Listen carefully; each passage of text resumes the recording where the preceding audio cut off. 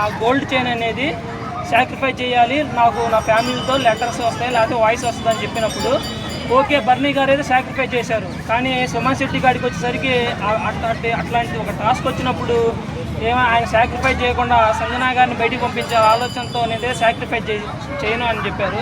అది కొంచెం బాధగా ఉంది. అంటే ఎదుటి వాళ్ళు చేసినప్పుడు ఇతను కూడా చేయడానికి ఏమి అనేది కొంచెం బాధ అనిపించింది. ఈరోజు మనకి రీతు కానీ తనుజ కానీ జస్ట్ చూస్తుంటే ప్రతి విషయంలో గొడవ పడుతున్నారు, బట్ ఎక్స్పెక్ట్ చేయలేదు ఎవరు కానీ. సో సంజన కోసం సాక్రిఫైస్ చేస్తారనేది సాక్రిఫైస్ చేశారు కదా, ఎలా అనిపిస్తుంది? అంటే మనకి ఎలా ఉంటుందంటే ప్రతి ఒక్క చోట ఎమోషనల్గా ఉంటుంది. ఎవరు మన సంజన గారే కానీ తనుజ గారే కానీ వాళ్ళు ఎలా ఉంటారంటే గేమ్స్ పరంగా గేమ్స్గానే ఉంటారు, కానీ బయటకు వచ్చినప్పుడు మాత్రం చాలా ఎమోషనల్గా ఉంటారు.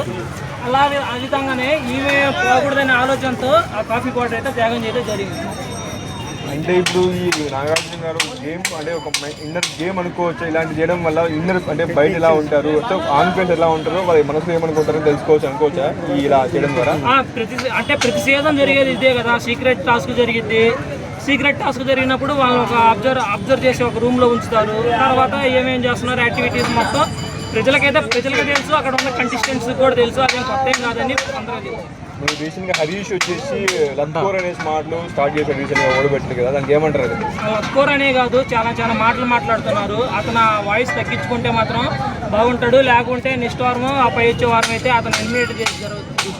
నాగార్జున గారు తప్పు అంటున్నా కూడా అసలు దానికి విరుద్ధంగా అది తప్పు కాదు సార్, ఇది ఓన్లీ కరెక్ట్ అయిన ఓట్ అనేది వాదిస్తున్నాడు కదా. అసలు ఆయన తీసేయడమే బెటర్. ఎందుకంటే నాగార్జున గారు హోస్ట్ చేసే సమయంలో ఆయన కాలు మీద కాలు వేసుకొని ఆ సమాధానం కరెక్ట్ చెప్పినప్పుడు నేను సార్ ఇంతే సార్ అన్నట్టు అంటే ఆయన అవాయిడ్ చేస్తున్న అసలు ఆయన మాట్లాడే మాట అనేది సరిగ్గా కుదరలేదు.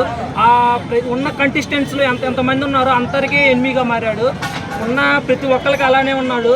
అతను మాత్రం కంపల్సరీగా బయటకు ఎందుకంటే అతను ఉండటం వల్ల ప్రతి ఒక్కరు చూడాలనుకున్న వాళ్ళు కూడా అతను బొమ్మ పడేకు అసలు చూడబుద్ధి కావడం అలా ఉంది హరీష్ గారి. ఫస్ట్లో బాగానే ఉన్నారు కానీ ఇప్పుడైతే అసలు నచ్చలేదు ఆయన బిహేవియర్. సంజన గారు కనీసం హౌస్లోకి వెళ్ళిపోతున్నప్పుడు కనీసం రిసీవ్ తీసుకోలేదు కదా.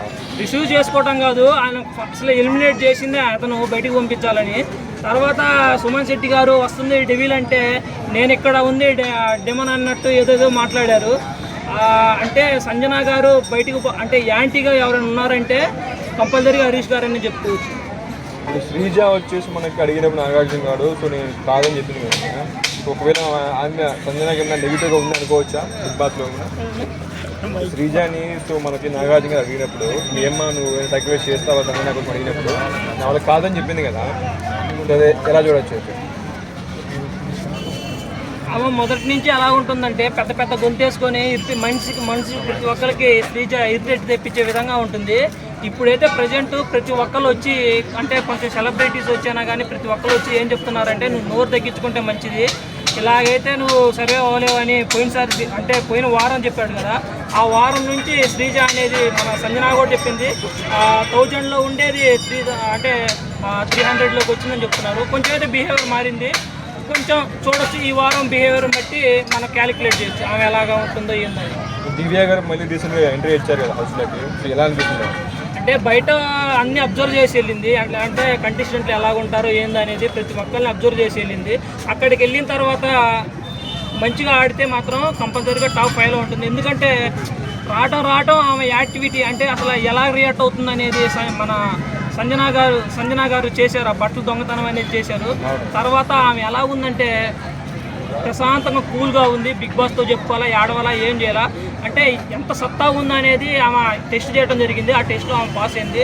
ఆ విధంగా అంటే ప్రతి ఒక్కరికి ఎలా ఆడుతున్నారు గేమ్ మైండ్ వాళ్ళు తెలుసు కాబట్టి దివ్య ద్వారా ఒక మంచిగా వెళ్ళిద్ది. ఇలానే ఉంటుంది. దివ్య వచ్చి ర్యాంకింగ్ అనేది సెట్ చేయమన్నప్పుడు బర్నీ కానీ first place, second place Sanjana, third place మ్యాన్లు పెట్టారు కదా, ఎలా అనిపిస్తుంది? అదంటే ఫేరేగా అనిపించచ్చు. ఎందుకంటే బర్నీ గారు అయితే అంటే పెద్ద యాక్టర్, ఆయనకి ప్రతి ఒక్కరు రెస్పెక్ట్ ఇవ్వాలి. కానీ ఇక్కడైతే మనకి బర్నీ గారికి అయితే రెస్పెక్ట్ ఎవరు ఇవ్వట్లేదు. కానీ రెస్పెక్ట్ ఇవ్వకపోయినా కానీ ప్రతి ఒక్క ప్రేక్షకుడు అనేది ఆయన ఎలా అబ్జర్వ్ అయితే చేస్తున్నారు. ఆ విధంగా ముందుకే వెళ్తున్నారు కాబట్టి ఆమెకే దివ్యకే కాదు బయట ఉన్న ప్రజలకు కూడా బర్నీ గారు మంచి వ్యక్తి. ఆయన చాలా ఓపిక గల మనిషి. అంటే ఆయన ఎంత పెద్ద ఇండస్ట్రీలో మంచి సీరియల్లో చేసిన వ్యక్తి కూడా ఇక్కడికి వచ్చిన తర్వాత ప్రతి చిన్న చిన్న ఆర్టిస్టు కామన్ మ్యాన్స్ కూడా ఆయన్ని అవహేళన చేసినట్టు మాట్లాడుతున్నారు. కానీ ఆయన అవన్నీ తట్టుకొని వాళ్ళతో సమానంగా ఈక్వల్గా ఉంటున్నారు. అందుకని ఆ ఓపెక్ అయినా కానీ ఆయన టాప్ 5లో పెట్టొచ్చని దివ్య గారు అయితే మంచి డిసిషన్ తీసుకొని ఒక టాప్ 1లో పెట్టి తర్వాత మన ఇమ్యూనియల్ని తర్వాత మన తనుజాని పెట్టారు కదా, అది కూడా ఫేరే. ఎందుకంటే వాళ్ళ బాండింగ్ బాగుంది, ఏం మాట్లాడినా కానీ తీసుకోగలరు. ఇప్పుడు సపోజ్ మన ఇమ్యూనియల్ది మన తనుజాది బాండింగ్ చూశారు కదా ఎలా ఉందో, అలానే ఉంటుంది. కానీ హరీష్కి మొన్న ఫస్ట్లో అంటే కామెడీ చేయాలని హరీష్కి మన తనుజాకి మన ఇమోని వాళ్ళిద్దరూ అంటే అన్నారు కదా ఫ్లవరు ఇలాంటి మాటలైతే తీసుకోలేకపోయారు. అంటే ఆయనకి కామెడీ టైమింగ్ అనేది కామెడీ చేయాలి, ఎంటర్టైన్మెంట్ చేయాలనేది అదైతే లేదు. కానీ వీళ్ళిద్దరి మధ్య అయితే బాగుంది, తనుజాకి ఇమోనియల్కి. ఆ ట్రాక్ ఉండబట్టే వాళ్ళిద్దరిని ప్రేక్షకులు కూడా ఇష్టపడుతున్నారు. ఇప్పుడు ఇన్ని రోజులు మనము రీతిని తీసుకున్నట్లేదు కదా, ప్రతి ఒక్కరు సో లవ్ బర్డ్స్ అనేసి కొద్దిగా నెగిటివ్ చూసేవాళ్ళు. సడన్గా తన హెయిర్ను కూడా తనుజా కోసం సంజన కోసం కట్ చేస్తున్నారు కదా. సో ఎంత పెద్ద సాక్రిఫైస్ మామూలుగా ఎవరు చేయరు కదా. సో తను చేసింది ఎలా చూడొచ్చు అయితే మనం? ఫస్ట్ రీతు గురించి చెప్పుకోవాలంటే ఫస్ట్లో ప్రతి ఒక్కడు ఆడియన్స్ కుర్రోళ్ళు ఉప్పొంగిపోయారు. నాకు తెలిసి బిగ్ బాస్ హౌస్లో ప్రతి ఒక్కరు కుర్రకారు అనేది మన రీతు గారికే సపోర్ట్ చేశారు. ఉండే కొంది ఆమె ఏం చేసిందంటే ఇంకా ఎంటర్టైన్మెంట్ చేయాలనే వేలో అంటే మన ఆర్మీ అన్నతో తర్వాత డెమన్ పవన్తో ఏదో లవ్ ట్రాక్ క్రియేట్ చేయాలనుకుంది. కానీ అది క్రియేట్ చేయటం బదులు ఆమె ఫూల్ అయిపోయింది అక్కడ. అందుకని ఇప్పటి నుంచైనా కానీ అంటే నాగార్జున కూడా ఇందాక కూడా ప్రోమో వదిలారు కదా, కొంత ఏం జరిగిందంటే ఈయన ఇప్పటి నుంచే తగ్గించుకొని అంటే వాళ్ళ అమ్మ వాయిస్ ఏదో ఇచ్చారు, నేను ఏం చెప్తున్నాను నీకు అర్థమవుతుందా అని ఒక మాట అయితే చెప్పడం జరిగింది. దాని గురించి అయినా కానీ ఇప్పటి నుంచి ఆమె హెయిర్ కట్ చేసుకుంది అంటే ఆమెలో మార్పు మొదలైంది. కంపల్సరీగా ఆమె కూడా టాప్ 5లో ఉంటుంది. ఎందుకంటే నిన్న కూడా గట్టి ఫైట్ ఇచ్చింది, బాల్స్లో కూడా మంచి ఫైట్ ఇచ్చింది. నాగార్జున కూడా మంచి పొగటం జరిగింది. కంపల్సరీగా ఆమె కూడా అంటే ఏదో కొంతమంది రూమర్స్ వస్తుంటాయి కానీ ఇప్పుడు నుంచి మంచి ఆమె కూడా మంచి కంటెస్టెంటే. ఉన్న వాళ్ళల్లో మగవాళ్ళల్లో కూడా మంచి కంటెస్టెంట్ అంటే ఒక బలంగా ఏదంటే ఫిజికల్ టాస్క్ వచ్చినా కానీ ఆమెకు బలంగా ముందుకెళ్ళే కెపాసిటీ ఉన్న వాళ్ళల్లో ఆడవాళ్ళలో అయితే అదే లేడీస్లో అయితే మన రీతు గారు అయితే చెప్పుకోవచ్చు. ఇప్పుడు ఎక్కువగా మనకి కామనర్స్లోనే ఎక్కువగా అంటే నెగిటివ్ అనేది కనబడుతుంది. ఎందుకంటే మన హరీష్ గారు కావచ్చు, మన శ్రీజ కావచ్చు, ఎక్కువ వీళ్ళే ఎక్కువ అంటే పాయింట్ ఆఫ్ అవుతున్నారు. రిమైనింగ్ వాళ్ళు ఎక్కువ పాజిటివ్గా ఉన్నారు కదా. ఎందుకంటే వీళ్ళు మాట్లాడే మాటలు ఎలా ఉంటాయంటే ఒక 10 నిమిషాలు అయిపోయేదాన్ని గంట సాగబిగుతారు. అది ప్రతి ఒక్కరికి నచ్చలేదు. వచ్చిన కంటెస్టెంట్లు ప్రతి ఒక్కరు అనేది చెప్పడం జరిగింది, వాళ్ళు కూడా మార్చుకున్నారు. శ్రీజ ఒకప్పుడు ఒక పాయింట్ అనేది సాగబీకు 10 నిమిషాలు అరగంట చెప్పేది, కానీ ప్రతి ఒక్కరికి అది బోరింగ్గా ఉండి చెప్పారు.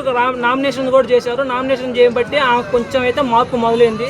తర్వాత మనకి చూసుకున్నట్లయితే హరీష్ మాత్రం చాలా అంటే కొంచెం అంటే ముందుకైతే వెళ్ళలేదు, అదే స్థితిలో ఉన్నాడు. అది ఆ స్థితి నుంచి ఇంకా పాయింట్ తగ్గుతుంది, డౌన్ అవుతుంది, కానీ అప్పైతే లేదు. అతను అక్కడ మార్చుకుంటే బెటరు. ప్రతి ఒక్కరైతే కంటెస్టెంట్లు ఇప్పుడున్న ప్రతి ఒక్కరు చూసి అంటే మంచిగా ఆడుతున్నారు. హౌస్లో ఒకరి వల్ల ఇబ్బంది పడుతున్నారంటే ఎవరిపై చెప్తారు? ఒక ఇద్దరు పేర్లు. మంచిగా ఆడుతున్నారంటే ఎమోషనల్ పరంగా అయినా కానీ దేని పరంగా అయినా నామినేట్ చేస్తే ఆ నామినేట్ వెళ్ళి నన్ను చేసినావు, నా పాయింట్ ఉంటే చెయ్యని మంచిగా మాట్లాడి వాళ్ళకి అనేది బూస్ట్ ఇచ్చి మళ్ళీ వాళ్ళని కూడా మంచి చేసుకుంటున్నాడు. అలాంటి కంటెస్టెంట్లో నెంబర్ 1 కంటెస్టెంట్ అంటే ఇమ్ము అని చెప్పుకోవచ్చు. నెక్స్ట్ తనుజ అంటే ఇప్పుడు కొంతమంది అమ్మాయిలు ఎలా ఉంటారంటే సుమా శెట్టితో నేనే యాడ్ చేయడం ఏంది, నేను లవర్గా చేయడం ఏంది అనుకుంటారు. కానీ ప్రతి దాంట్లో కామెడీ అంటే ప్రతి దాంట్లో అంటే మంచిగా వెళ్తుంది తనుజ అని కూడా చెప్పుకోవచ్చు. అంటే ఏ మాటలు తీసుకున్నా కానీ పాజిటివ్గా తీసుకుంటుంది అని తనుజ ప్రతి ఒక్కరికి ఇష్టపడుతున్నా తనుజాని ఇమ్మాని. అందుకనే డల్లుగా అంటే ఒకప్పుడైతే మనం శ్రీజ అని చెప్పుకోవచ్చు, కానీ శ్రీజ అయితే కొంచెం మార్పు చెందింది మనిషి. ఆ తర్వాత మన ఈ హరీష్ మాత్రం మార్పు చెందాల. ఆ మనిషి మాత్రం ఎలాగున్నాడో అలా ఇంకా డౌన్ అయిపోతున్నాడు, కానీ అతనిలో ఏమీ కదలిక అనేది రాలేదు, ఇంకా డౌన్ అయిపోతున్నాడు, ఫూలిష్గా తయారవుతున్నాడు. ఆ ఫ్లవర్ తీసేసి మళ్ళీ నాగార్జున గారు ఇంకో పేరు పెట్టారు. ఆ పేరుని కూడా నాకు వద్దంటున్నారు. అంతా ఉంది అతని గేమ్. ఫైనల్గా నెక్స్ట్ ఎవరు అవుతారు అనుకుంటున్నాం? ఎలిమినేట్ అనౌన్స్ కూడా అయింది ప్రియా అని. కంపల్సరీగా ఈ రోజు నైట్ అయితే నిన్న మామూలుగా అయితే నిన్నే జరిగింది అయిపోయింది అనుకోకూడదు, కానీ ప్రియా అని అనౌన్స్మెంట్ జరిగిపోయింది.